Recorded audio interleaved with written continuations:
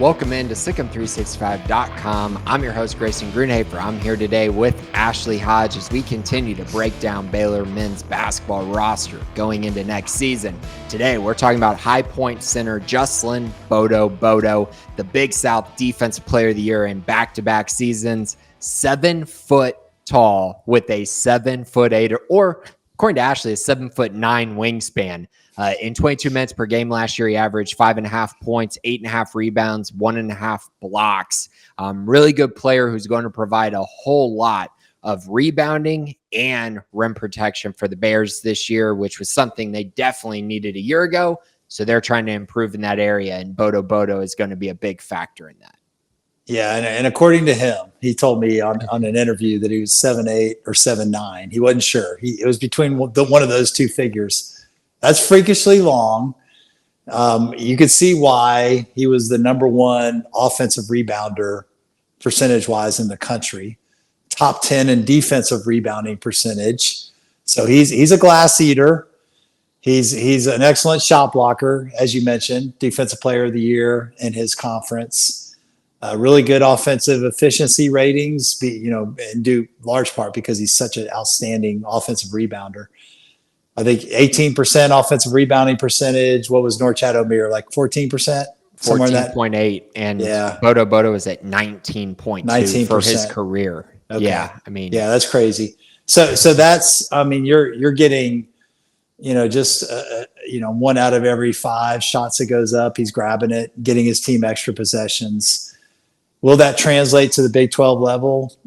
He's probably going to drop off a little bit in that area, but I think he's going to be really good from a rebounding perspective.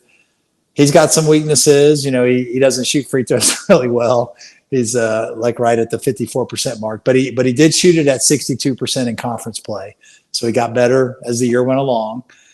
So he's a guy that'll probably be targeted to foul him and send him to the free throw line, make him earn it. He can dunk. He can play above the rim. He's a rim roller. He can protect the rim on the other side, and he gets a lot of offensive rebounds, which, I think Baylor's got a lot of great offensive rebounders. So you're going to have probably 3 on the court at one time, and that's going to lead to a lot of extra possessions. Baylor's best teams have been outstanding in that area. You think about Mark Vidal, you think about Freddie Gillespie, you think about Rico Gathers, some of the great offensive rebounders that Baylor's had in the past. And you can win a lot of games if you get 6, 7, 8 more possessions than the other team. And that's a real emphasis for Scott Drew teams. And, Bodo Bodo, I think, obviously having the number one offensive rebounding player in the country is a big get for the Bears. So we need him to stay healthy. He's a two-headed monster with Caden Powell. He's a guy that can give you something different than Caden Powell. He's going to be more of an Eve Missy, play above the rim type player, not as skilled offensively as Eve was, but certainly can give you some of those same traits. And then you bring Caden Powell, who's much more of a skilled tactician, really good 1-2 punch. I like that. I think that's 40 good minutes that you're going to get the 5. Pretty excited about what Baylor's done from the post position this past offseason. Definitely. And I think going through some of the big numbers here, he had a 7.2% block rate, which matches Yves Misi from 2024. Yep. And you got to go all the way back to Freddie Gillespie to find a more impactful rim protector at Baylor. That's great company to be in. That kind of speaks to what he's going to bring to the table in that regard. 64% at the rim finishing. A lot of that is just dunks and pick and roll dump offs and things like that. He's not really a guy who's going to have a lot of touch around the rim, especially when he's actually being guarded. But the biggest thing for him is kind of what you mentioned. The 19.2 offensive rebound rate is just absurd. It's 5 percentage points higher than Norchad O'Meara, who it felt like in every game was just overwhelming people on the glass every single game. Right. And so this is even another level than that. The defensive rebounding is tremendous. Baylor didn't have a guy like this last year and truly hasn't had a guy like this for a while. From a all around rebounding standpoint, it is truly impressive. I think he's going to be a huge factor in the pick and roll game. Again, you have to guard above the rim. And last year, no one had to guard Baylor above the rim at all. Right. You didn't have to worry about it. everything was below the rim except for VJ occasionally, but everything else was below the rim. Bodo Bodo is going to increase that verticality and create more opportunities for assists and more opportunities for easy points in the paint. I think that's kind of the area that I see him really improving this team offensively and then defensively, like we mentioned. I mean, it's all about the rim protection. It's all about the ability to influence shots at the rim, keep guys off the glass, offensive glass in particular. He's a really good player. I think he fits really well. And he honestly is kind of the perfect guy to make up for exactly what Baylor was missing from a year ago. Who was that 35-year-old that Kansas had a couple years ago? Udoka Azubuike, that they claimed was 21 years old. Like I remember John Jacobs saying this, that, you know, there's different types of spacing. You want horizontal spacing. But vertical spacing is important. And you remember when Kansas came into Waco, top 5 matchup, went down to the wire, but Azubuike just killed the Bears that day. And a lot of it was just throwing it higher than, you know, Flo Thamba could get to. And Freddie Gillespie even, you know, I mean, Azubuike just killed us in the vertical game. So there is something to be said for, you know, being able to properly use vertical spacing. And I think, you know, Scott Drew and this coaching staff is going to be able to really use him on those rim rolls and throwing lobs to him. We've got, you know, a couple really good passers off the pick and roll situation. JJ White is one. This mystery foreign player, I think, is really good in that area as well.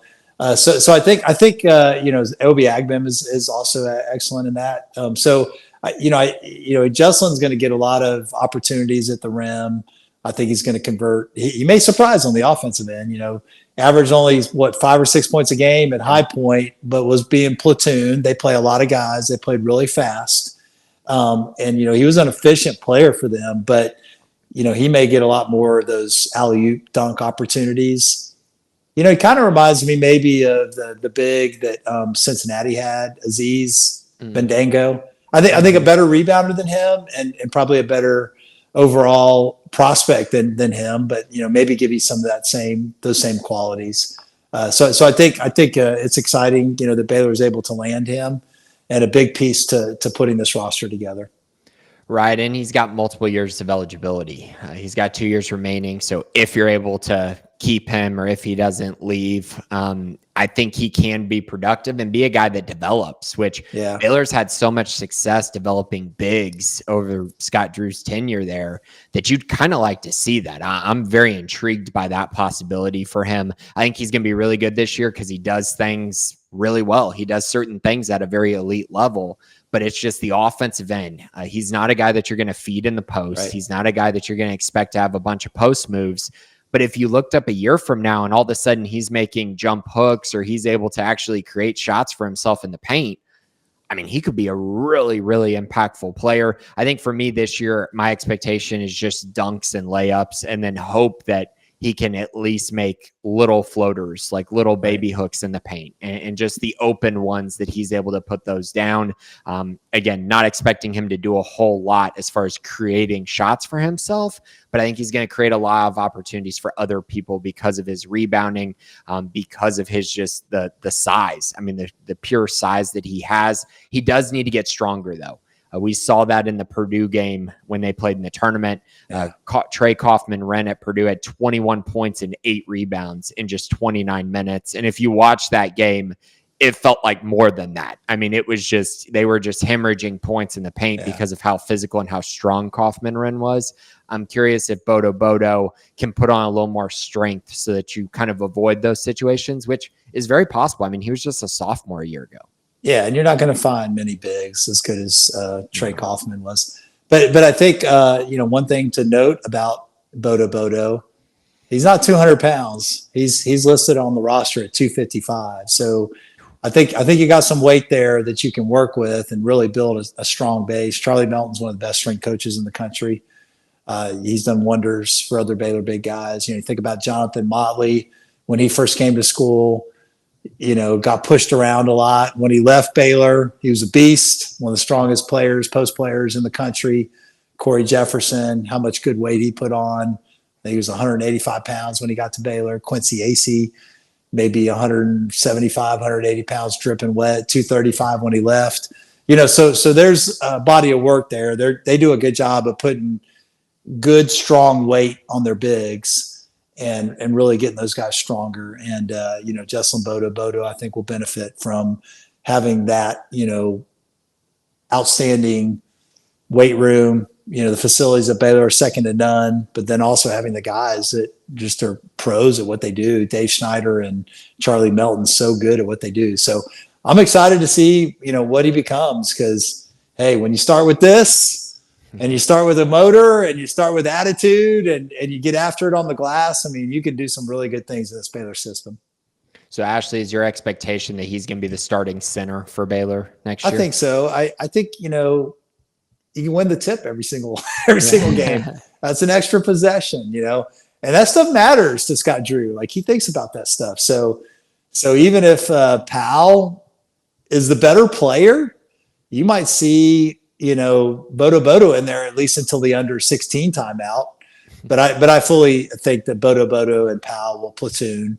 And, Bodo Bodo maybe 23 minutes, Powell maybe 17. They may play together some. I mean, we'll see. But I think those two guys are going to be relied on to really man that 5 position.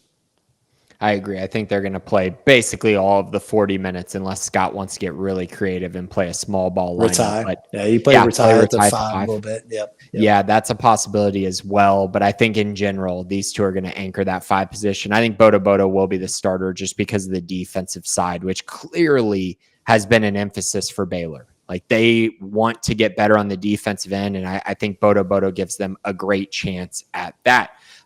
That's it for today. We will talk more of these men's basketball players. We got a lot to talk about. We're going to keep going through the entire roster as Ashley and I break down each men's basketball player going into next season. But that's it for today. Thanks for listening on SicEm365.com.